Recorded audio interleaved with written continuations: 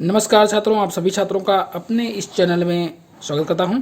छात्रों, आप लोगों का भी समस्या रहती है कि 12th कृषि रसायन विज्ञान के प्रयोग कैसे लिखें, क्योंकि अक्सर ये कहीं यूट्यूब चैनलों पर व्यवस्थित ढंग से नहीं मिलते और अन्य जगह भी नहीं मिलते और नए और रिसेंट पाठ्यक्रम के आधार पर नहीं मिलते। तो हम छात्रों आप सभी लोगों के लिए लाए हैं यूपी बोर्ड के कृषि रसायन विज्ञान के कक्षा 12 के प्रयोगात्मक फाइल और आपको सभी कक्षा 12 के कृषि रसायन विज्ञान के प्रयोग कैसे लिखे जाएंगे उन सबको हम यहाँ से अच्छे से सिखाएंगे, बताएंगे भी कैसे आपको इंडेक्स कंप्लीट किया जाएगा, कैसे आपको सर्टिफिकेट मिशन बनेगा, कैसे सभी प्रैक्टिकल्स लिखे जाएंगे और जो कि ये सभी प्रैक्टिकल आपके रिसेंट पाठ्यक्रम के आधार पर ही हैं। तो इस तरीके से आपके ध्यान की एक चीज़ मैं बताना चाहूँगा कि आपके जो प्रैक्टिकल्स होते हैं वो आंतरिक और बाह्य मूल्यांकन दोनों के आधार पर होते हैं। ठीक, तो इस तरीके से आपके दोनों प्रकार की चीज़ों इसमें प्रैक्टिकल सब कुछ आपको दिए हुए हैं, सब कुछ आप अच्छे से बता देंगे। ये है फाइल, आपको ये सर्टिफिकेट इस तरीके से कंप्लीट करना होता है। ठीक, और ये है कृषि रसायन विज्ञान के प्रयोग की फाइल है जिसमें आप स्कूल का नाम डाल देंगे, रोल नंबर डाल देंगे, ये लेबोरेटरी पड़ गई, किस सेक्शन में कर रहे हैं उस समय, और ये टीचर फिर प्रिंसिपल साइन करेंगे, फिर इसके बाद एग्जामिनर के पास आप लेकर जाते हैं। तो इस तरीके से ये आपका सर्टिफिकेट कंप्लीट किया जाता है। अब जब आप प्रैक्टिकल्स कर लेते हैं तो उसके पश्चात आप इंडेक्स कंप्लीट करते हैं जिसमें आप सभी प्रैक्टिकल्स के उद्देश्य लिखते हैं, पेज नंबर कहाँ से कहाँ तक है, किस डेट में ये प्रैक्टिकल्स कराए गए हैं, कभी कभी एग्जामिनर डेट ऑफ सबमिशन भी लिखवाते हैं। तो इस तरीके से आप लिख लेंगे। ये सभी प्रैक्टिकलों के उद्देश्य इस इंडेक्स में दिए हुए जाते हैं ताकि आपके प्रैक्टिकल्स उन्हीं पेजों पर आराम से कोई देख सके अगर देखना चाहे। तो ये इंडेक्स होते हैं, इस तरीके से आप इंडेक्स कंप्लीट कर लेते हैं सभी। तो ये इंडेक्सेस हैं। ठीक, मैं सभी आपके एक्सपेरिमेंट दिए हुए हैं। अब आपके मैं बता देता हूँ कि आपके पाठ्यक्रम में जो प्रयोग हैं वो गुणात्मक विश्लेषण के अंतर्गत आपको कोई अकार्बनिक मिश्रण दिया जाता है जिसमें 2 अम्लीय तथा 2 क्षारीय मूलक पहचान किए जाते हैं, और आयतन मिति विश्लेषण के अंतर्गत आपका टाइट्रेशन कराया जाता है, वो आगे बताएंगे। और फिर आपको कार्बनिक यौगिक की पहचान करना होता है, वो सभी प्रैक्टिकल्स इसमें आपके दिए हुए हैं। तो एक क्रम से सभी चलते रहेंगे। देखिए, ये गुणात्मक विश्लेषण के अंदर आपको मिश्रण दिया जाएगा, उसमें उपस्थित 2 अम्लीय तथा 2 क्षारीय मूलकों की पहचान करना होता है। तो वही इसलिए उसके अंतर्गत हमने 4 प्रैक्टिकल्स आपके लिए लेकर के आए हैं जिसके उद्देश्य हैं दिए गए अकार्बनिक मिश्रण में उपस्थित 2 अम्लीय तथा 2 क्षारीय मूलकों की पहचान करना। तो इस तरीके से आप सभी इनका आवश्यक उपकरण आप अच्छे से लिख सकते हैं। क्या है, कैसे, आप वीडियो पॉज करके अच्छे से आप इन सभी चीज़ों को लिख सकते हैं। इसलिए हमने वीडियो बनाया है ताकि आप अच्छे से पूरी प्रैक्टिकल फाइल कृषि रसायन विज्ञान 12th की अच्छे से आप लिख लें। तो ये सभी आप इस तरीके लिखेंगे, परीक्षण अम्लीय मूलक का परीक्षण, ये सभी लिख लेंगे यहाँ पर। ठीक, अम्लीय मूलक का परीक्षण बताएगा और नेक्स्ट आप जाएंगे तो क्षारीय मूलक का परीक्षण है, इस तरीके से आप करेंगे। तो इस तरीके से आपको जो परिणाम लिखेंगे तो इसमें आपको अम्लीय मूलक क्लोराइड व सल्फेट आयन, तो क्षारीय मूलक अमोनिया व फेरिक आयन दिए गए थे। तो इस तरीके से आप परिणाम लिख लेंगे। तो ये प्रैक्टिकल फर्स्ट समाप्त हो जाएगा। ये प्रैक्टिकल सेकेंड है जिसका भी उद्देश्य सेम है, और ऐसे ही उपकरण लिखेंगे, परीक्षण के अम्लीय मूलक का परीक्षण करेंगे। यहाँ अम्लीय मूलक क्लोराइड व सल्फेट आयन निकालना सिखाया गया है। इसी प्रकार आपके नेक्स्ट क्षारीय मूलक जो है आपका अमोनियम व जिंक आयन निकालना सिखाया गया है, और लास्ट में आप यहाँ पर परिणाम लिख देंगे। ठीक, कि दिए गए कार्य में इसमें निम्न अम्लीय मूलक क्लोराइड व सल्फेट व क्षारीय मूलक अमोनियम व जिंक आयन प्राप्त हुए। तो इस तरीके से आप आराम से लिख सकते हैं। नेक्स्ट जब आप चलेंगे तब यहाँ प्रयोग संख्या 3 है, सेम उद्देश्य है। ऐसे ही अपनी कॉपी में वीडियो पॉज करके आराम से लिख सकते हैं। ठीक, तो ये आवश्यक परीक्षण अम्लीय मूलक ये है, देखिए कार्बोनेट आयन और सल्फेट आयन इसमें निकालना सिखाया गया है। और आगे जब जाएंगे तो आपका अम्लीय मूलक में अमोनियम आयन, क्षारीय मूलक में अमोनियम आयन, फिर मैग्नीशियम आयन निकालना इसमें सिखाया गया है, और फिर इस आधार पर आप परिणाम यहाँ पर लिखेंगे। ठीक, तो ये आपका इस प्रकार ये प्रैक्टिकल कंप्लीट हो जाएगा। अब नेक्स्ट प्रैक्टिकल सेम उद्देश्य है, प्रयोग संख्या 4 है, जिसमें भी आपको आवश्यक उपकरण परीक्षण अम्लीय मूलक का परीक्षण, जिसमें कार्बन और सल्फेट आयन निकालना सिखाया गया अम्लीय मूलक, और क्षारीय मूलक का आपका इस तरीके से अमोनियम व क्यूप्रिक आयन निकालना सिखाया गया। तो आप इस तरीके से अच्छे से परिणाम लिख सकते हैं, और हम सदैव कह रहे हैं कि आप वीडियो पॉज करके आराम से देख सकते हैं। अब आपके चलते हैं आयतन मिति विश्लेषण। आयतन मिति विश्लेषण में आपके 2 प्रकार के प्रैक्टिकल्स हैं। नंबर 1 पहला है अम्ल क्षार अनुमापन, जिसके अंतर्गत हमने NaOH के HCl के साथ टाइट्रेशन कराया है, जो कि ये देखो सामने है। और दूसरा आपको हमने ऑक्सीकरण अपचयन के अंतर्गत आपको फेरस अमोनियम सल्फेट का केमोग्राफी के साथ कराया, जो कि आपके पाठ्यक्रम में दिया हुआ है।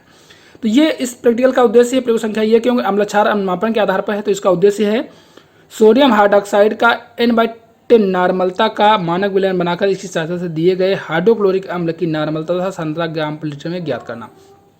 और ध्यान रखिए ये प्रैक्टिकल कक्षा 11 में विज्ञान के अंतर्गत भी आता है ऐसे ही प्रैक्टिकल, और यहाँ कक्षा 12 में कृषि रसायन विज्ञान में प्रैक्टिकल है। तो आवश्यक उपकरण और सामग्री दी हुई है, सिद्धांत दिया हुआ है, क्या सूचक लेंगे, कॉनिकल फ्लास्क में क्या लेंगे, ब्यूरेट में क्या लेंगे, अंतिम बिंदु पर क्या परिवर्तन होगा, इन सब चीज़ों को अच्छे से लिखा गया है। आप इसके कैसे कैलकुलेशन करेंगे, देखिए ये गणना NaOH की गणना कितना NaOH की इसमें मिलाना है, ये सब आपको इसमें लिख के बताया गया है। इसके पश्चात आपको इसमें प्रेक्षण में तौल के लिए प्रेक्षण कैसे करेंगे, ठीक, जो गणना कर लेंगे उसी का आधार पर तौल के लिए प्रेक्षण करेंगे। फिर अनुमापन के लिए प्रेक्षण, अनुमापन जब आप करेंगे तो रीडिंग ये आएंगी, इस तरीके से आप रीडिंग लिख सकते हैं, ठीक। तो ये सभी रीडिंग। अब इसके पश्चात आपका गणना कैसे करेंगे, तो गणना के लिए ये फार्मूला है, इसका प्रयोग करेंगे जिसके आधार पर आपकी नार्मलता निकल आएगी। फिर आप नार्मलता से आपको सांद्रता HCl की निकालनी है, तो उसके तुल्यांक भर से गुणा करना होगा। तो इस प्रकार आपको परिणाम निकल आएगा, जो आप परिणाम इस तरीके से लिख लेंगे तो आराम से ये प्रैक्टिकल आपका टाइटेशन NaOH का HCl के साथ पूरा हो जाएगा। अब ये नेक्स्ट है ऑक्सीकरण अपचयन अनुमापन के आधार पर आपको हमने ये प्रैक्टिकल कराया है, जिसका उद्देश्य फेरस अमोनियम सल्फेट का N/10 नार्मलता का मानक विलयन बनाकर इसके साथ दिए गए अज्ञात सांद्रता के पोटेशियम परमैंगनेट विलयन की नार्मलता तथा सांद्रता ग्राम पर लीटर में ज्ञात करना, जिसमें आवश्यक उपकरण और सामग्री सब आपको लिखी हुई है, सिद्धांत भी इसका लिखा हुआ है, आराम से आप लिख सकते हैं। इसका ये समीकरण भी दिया हुआ है, केमनोफोर सूचक के रूप में यहाँ कार्य कर रहा है, सूचक भी दिया हुआ है, कोनिकल फ्लास्क में आप क्या लेंगे उसको भी यहाँ पर लिखा हुआ है, आराम से लिख सकते हैं इसको, ठीक। अब फिर आप आगे जाएंगे तो ये आप फेरस अमोनियम सल्फेट की कैसे गणना करेंगे, कितना लेना है, ठीक, ये भी इसमें बताया गया है। ब्यूरेट में आप क्या लेंगे, इसको अंतिम बिंदु पर क्या परिवर्तन होता है। अब प्रेक्षण, तौल के लिए जब प्रेक्षण करते हैं उस समय ये फेरस अमोनियम सल्फेट की गणना करना बहुत जरूरी होता है, उसी के आधार पर आप कितना ग्राम तौल करेंगे वो आपको करना होता है। फिर आप टाइट्रेशन कराएंगे तो अनुमापन के लिए ये सारणी ऐसे बनाई जाती है, आप इस तरीके से सब लिखेंगे, सब कुछ इसमें लिखा गया है। ये आपका सुसंगत आयतन प्राप्त हो जाएगा जो 2 रेटिंग समान होती हैं, ठीक। और फिर इस तरीके से आप फिर को गणना करेंगे जिसके आधार पर आपकी नार्मलता प्राप्त हो जाएगी, किसकी, केमनोफोर विलयन की। उसकी फिर हमको सांद्रता ज्ञात करनी होगी, तुल्यांक के भर से जो गुणा कर देंगे। तो इस तरीके से आप फिर लास्ट में आप परिणाम लिख देंगे कि इतनी नार्मलता प्राप्त हुई और इतना इसकी सांद्रता प्राप्त हुई। तो ये इस प्रकार ये टाइटेशन समाप्त हो जाएगा। तो अब आपके ये आयतनमितीय विश्लेषण समाप्त हो गया। अब यहाँ पर नेक्स्ट है आपका कार्बनिक यौगिक की पहचान करना। देखिए आपके पाठ्यक्रम में कुछ ही कार्बनिक यौगिक हैं, जैसे अगजैलिक अम्ल है, ग्लूकोज है, सुक्रोज है, स्टार्च है, प्रोटीन है और एल्कोहल है, एथिल अल्कोहल। इन सब चीज़ों इतने ही हैं, इसी के अंतर्गत आपको दिए जाएंगे जिनको आप पहचान करना है। यहाँ पर हम उसके अंतर्गत 4 ही यौगिकों को पहचान करना सिखा रहे हैं, क्योंकि ये आपके सिंपल और सरल हैं, आसानी से आप इन्हें अच्छे से कर सकते हैं। तो इनके अंतर्गत 4 प्रैक्टिकल आपको हमने कराए हैं। जरा देखिए, जैसे उद्देश्य है दिए गए कार्बनिक यौगिक की पहचान करना, आवश्यक उपकरण ये चीज़ें आपको होनी चाहिए। प्रारंभिक परीक्षण, आप जैसे यहाँ पर जो हम पाठ दे रहे हैं वो आपका है ग्लूकोज, अभी हम बताएंगे। तो उसका भौतिक अवस्था कैसी है, विलेयता कितनी है, गलनांक कितना है, गंध कैसी है, ये आप प्रारंभिक परीक्षण में लिखेंगे। फिर मुख्य परीक्षण है, आप ऐसे टेबल बनाएंगे तो ये आप पूरा लिखेंगे अच्छे से यहाँ तक। और फिर आप यहाँ टेस्ट जब करते जाएंगे तो आपको मालूम हो जाएगा क्या है, ग्लूकोज है, अर्थात आप लिखेंगे दिए गए कार्बनिक यौगिक ग्लूकोज है, ये उसका अर्ध सूत्र लिखेंगे। फिर संरचना सूत्र लिखेंगे, ये ग्लूकोज की ओपन चैन संरचना है, ये साइक्लिक संरचना है। ग्लूकोज अल्फा और बीटा 2 फार्मों में पाया जाता है, दोनों फार्म यहाँ दिए हुए हैं।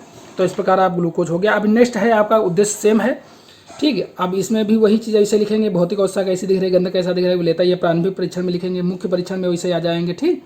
सेम चीज़ें आप वीडियो पॉज करके अच्छे से आप देख सकते हैं, लिख सकते हैं इसको।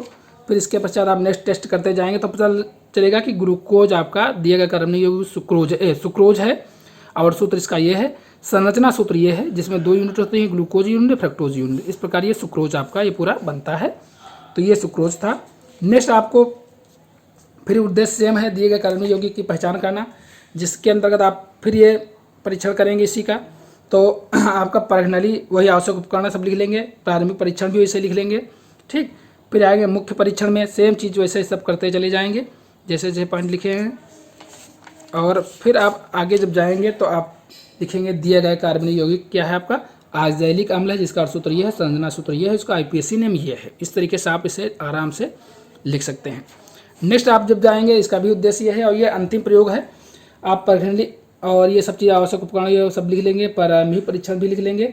उसके बाद मुख्य परीक्षण भी तरफ जाएंगे और मुख्य परीक्षण के पश्चात आपको निकलेगा कि हाँ स्टार्च निश्चित, अर्थात ये दिया गया कार्बनिक यौगिक आपका स्टार्च, आप परिणाम लिखेंगे। उसके बाद उसका अर्ध सूत्र लिखेंगे। इसका स्टार्च का संरचना सूत्र ये होता है क्यों ग्लूकोज का बहुलक स्टार्च होता है, ये ध्यान रखिए। ये प्लांट्स में जो है होता है, हम लोगों के शरीर में ग्लाइकोजन के रूप में ग्लूकोज स्टोर होती है, प्लांट में स्टार्च के रूप में ग्लूकोज स्टोर होती है। तो इस तरीके से ये आपके सभी प्रैक्टिकल्स साथियों कंप्लीट हो जाते हैं। तो इस तरीके से आप अपने कॉपी में ऐसे ही सभी प्रैक्टिकल लिख सकते हैं। अपने साथियों को जानकारी के लिए वीडियो शेयर भी कर सकते हैं। जब आप सभी प्रैक्टिकल लिख डालेंगे तब आप यहाँ पर इंडेक्स लिखेंगे। इंडेक्स में ये सभी प्रैक्टिकल के उद्देश्य लिखेंगे, पेज नंबर किस किस पेज नंबर पर है, किस किस डेट में कराए गए हैं वो लिखेंगे, डेट आप सबमिशन लिखेंगे। यहाँ पर भी डेट लिखा जाता है, ध्यान रखना, हमने लिखा नहीं है, ये टीचर अपने अपने हिसाब से यहाँ लिखवा देते हैं। ये सभी डेटें यहाँ पर आपको अच्छे से लिखवा दी जाएंगी, जैसे जैसे जो प्रैक्टिकल जिस डेट में होता है उस डेटें करवा दी जाती हैं। तो ये इंडेक्स में कंप्लीट करना होता है। उसके पश्चात जब आप एग्जामिनर के सामने जाएंगे तो आपको ये सर्टिफिकेट पूरा कंप्लीट करके लेकर के जाना होता है। तो चलिए साथियों, आपको कैसा लगा हमें कमेंट करके जरूर बताएं, और अपने साथियों को, छात्रों को जरूर शेयर कर दीजिएगा इस वीडियो को अगर अच्छा लगा हो, और वीडियो को लाइक कीजिएगा, चैनल को जरूर सब्सक्राइब कर लीजिएगा। आपको मिलेंगे नेक्स्ट वीडियो में, तब तक के लिए धन्यवाद, नमस्कार छात्रों।